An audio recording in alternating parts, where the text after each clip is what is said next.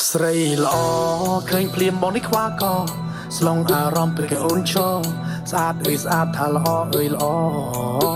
ស្រីល្អឃើញភ្លាមបងនេះយកភ្លាំងបេះដូងបងលុតលើស្ទើកៀងឃើញញោមភ្លាមបងឡើងពេកភ្លែបងមិនមែនម៉ែកៅស្បែកបងនេះវារៀងខ្មៅស៊ីកាមេរ៉ាពេលថតខាងក្រៅមិនព្រួយបារម្ភព្រោះមិនខ្លាចក្តៅ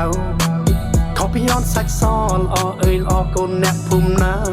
ហើយអូនស្រស់អីយ៉ាងនឹងចំមកប្រលឹងសំនឹងចំការស្អាតអើយស្អាតតែហូលផាមួងក៏មើលទៅឃើញស្អាតតែអូនកាន់ស័ក្តិសមសួនណាបាបងទៅវត្តណាបងជិតទៅខ្មោចខាបើសិននៅទំនេរមិនយល់តទេសុំស្គាល់ជីវ៉ាថាអូនខឹងបងដែរទេរដូវឆ្នាំនេះសុំមកធ្វើសង្សារយើងទាំងពីរដូចមាននិស័យជួបអូនហើយនៅមកចូលសួរថ្លៃទ្រាំមិនបានព្រោះបងស្រឡាញ់ថ្លៃចង់មានឈ្មោះជា